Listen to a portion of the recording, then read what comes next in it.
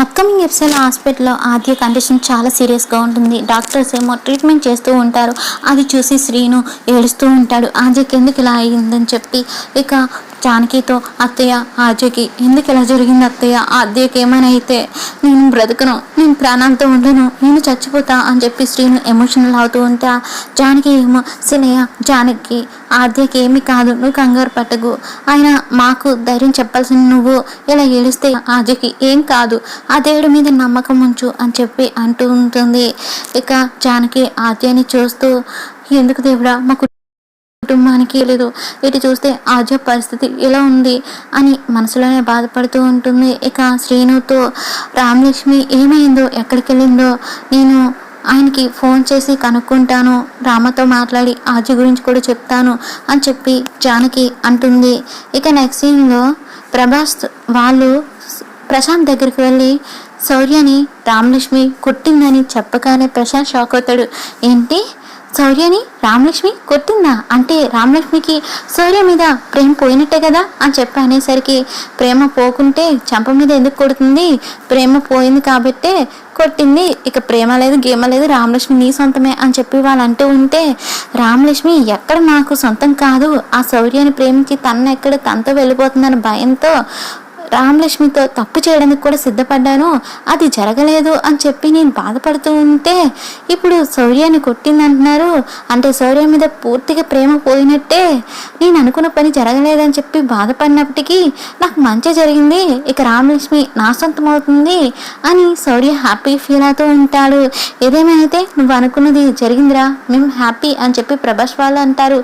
కానీ నాకు ఒక డౌట్ రా, అసలు రామలక్ష్మికి మొత్తం మంది ఇచ్చింది మనము, తీసుకొచ్చి మనం, తప్పు చేయడానికి ప్రయత్నించింది నువ్వు, కానీ ఆ శౌర్యగాడు తనే పానకాలు మొత్తం మంది కలిపానని, రామలక్ష్మి నీ ప్రేమించానని, పెళ్లి చేసుకుంటానని చెప్పి మిమ్మల్ని అడిగితే మీరు ఒప్పుకోలేదని, అందుకే రామలక్ష్మితో తప్పు జరిగితే చచ్చినట్టుగా మీరే రామలక్ష్మి నుంచి పెళ్లి చేస్తారని, అందుకే ఇలా తీసుకొచ్చానని తను అబద్ధం చెప్పాడు. ఎందుకురా, మనం కదా ఇదంతా చేసాం, తనెందుకు అలా చెప్పాడు, కొంపతీసి నిన్ను సేవ్ చేయడానికి ఆ శౌర్యగాడు అలా చెప్పాడా అని ప్రభాస్ వాడు అడిగేసరికి, లేదురా వాడికి నా మీద ప్రేమ ఉంటే నన్నెందుకు కొడతాడు, ఖచ్చితంగా వాడు ఇది నా కోసం చేయలేదు అని అనేసరికి, మరి ఎందుకు చేస్తుంటాడు అని చెప్పి వాళ్ళ ఫ్రెండ్స్ అడుగుతూ ఉంటే, అదేమో నాకు తెలియదురా, అయితే మొత్తానికి ఆ శౌర్యగాడు అలా చేయడం వల్ల రామలక్ష్మి తను కొట్టింది కాబట్టి ఇక రామలక్ష్మికి శౌర్యం మీద ప్రేమ ఉండదు, ఇక రామలక్ష్మి నా సొంతం అవుతుంది అని చెప్పి ప్రశాంత్ హ్యాపీగా ఫీల్ అవుతూ ఉంటే, ఏది ఏమైనటికి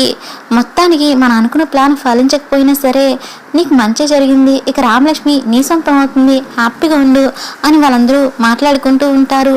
ఇక నెక్స్ట్ సీన్లో చారుని పార్వతి పద్దు వాళ్ళు నిలదీస్తారు.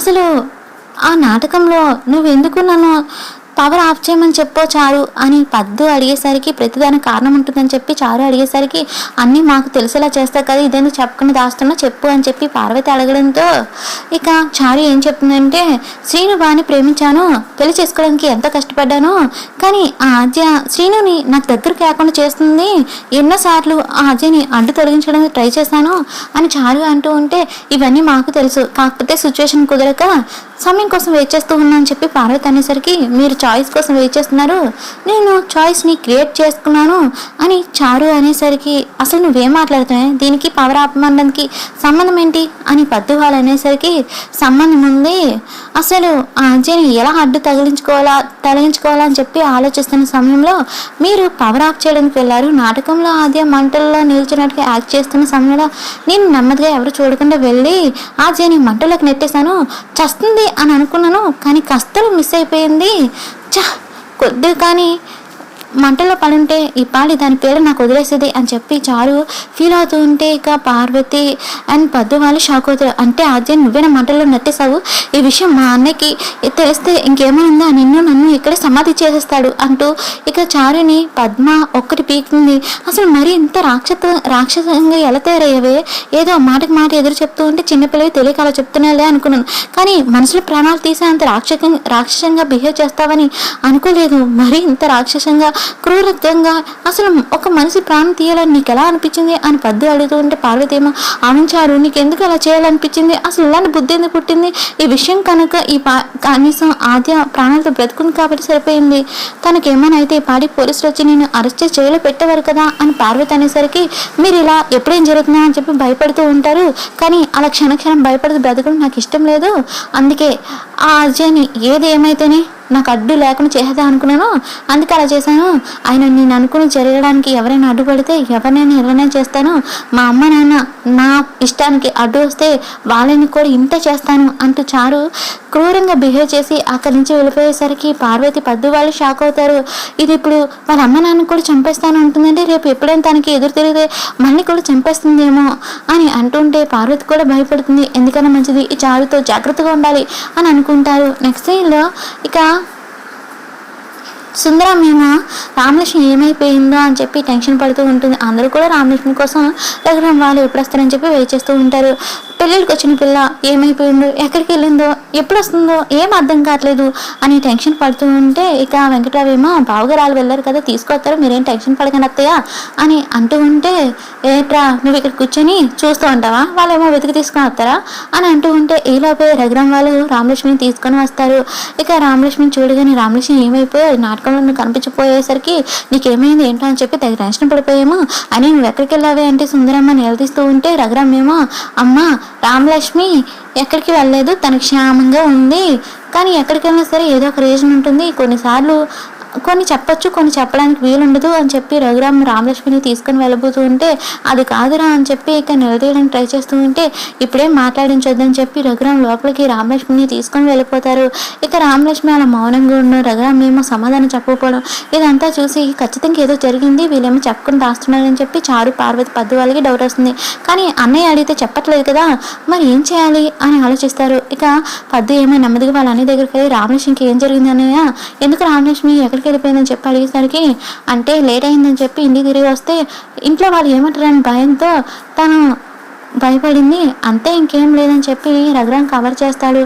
ఇక పార్వతి అన్నీ ఇక రఘురామ్ ఏమో అప్పుడే జానకి ఫోన్ చేస్తుంది, రామలక్ష్మి వచ్చిందా అని చెప్పి అడిగేసరికి రామలక్ష్మి వచ్చిందని చెప్పగానే ఎక్కడికి వెళ్ళిపోయిందండి ఎలా ఉందని చెప్పి అడిగేసరికి రామలక్ష్మికి ఏం అవ్వలేదు తనకు క్షేమంగా ఉంది, ఆది ఎలా ఉందని చెప్పి అడిగేసరికి ఆది కండిషన్ చాలా సీరియస్గా ఉందని చెప్పి డాక్టర్స్ అంటున్నారు, నాకు చాలా భయంగా ఉందండి అని చెప్పి జానకి అనేసరికి ఆజీకి ఏం కాదు నువ్వు కంగారు పడుకో నేను హాస్పిటల్కి వస్తా అని చెప్పి రఘురామ్ అంటాడు. అలాగే శివరామ్ని ఇంట్లో ఉండమని చెప్పి ఇక హాస్పిటల్కి వెళ్ళొస్తానని చెప్పి అంటాడు. వెళ్ళిపోయే ముందు అందరికీ ఒకసారి వార్నింగ్ ఇస్తాడు, రామలక్ష్మి ఎక్కడికి వెళ్ళింది ఏం చేస్తుంది అని చెప్పి పదే పదే ప్రశ్నలు అడిగి తను ఇబ్బంది పెట్టాలని చూడకండి అని వార్నింగ్ ఇస్తాడు. దాంతో ఇక బావగారిని అడుగుద్దని చెప్పారు కదా, మా ఆయన అడుగుద్దని చెప్పలేదు కదా, ఇప్పుడే వెళ్ళి మా ఆయన అడిగి విషయం ఏంటో కనుక్కుంటా అని చెప్పి పార్వతి శివరాం దగ్గరికి వెళ్ళి ఏమండి ఇటు చూస్తే మీరు వెళ్ళున్నారు, అటు చూస్తే రామలక్ష్మి ఎదురా ఉంది, అసలు అక్కడ ఏం జరిగిందండి చెప్పండి అని చెప్పి పార్వతి అడిగేసరికి మా అన్నయ్య చెప్పొద్దని తర్వాత నేను ఎందుకు చెప్తాను అనుకున్నావు పార్వతి, ఆయన అనవసరమైన విషయాల గురించి ఆలోచించి బుర్రపాటు చేసుకోకుండా నాకు ఆకలి స్నానం పెట్టని చెప్పి అడిగేసరికి ఇక పార్వతి కూడా సైలెంట్ అయిపోతుంది. రామలక్ష్మి డల్గా అంటే ఇంట్లో వాళ్ళందరూ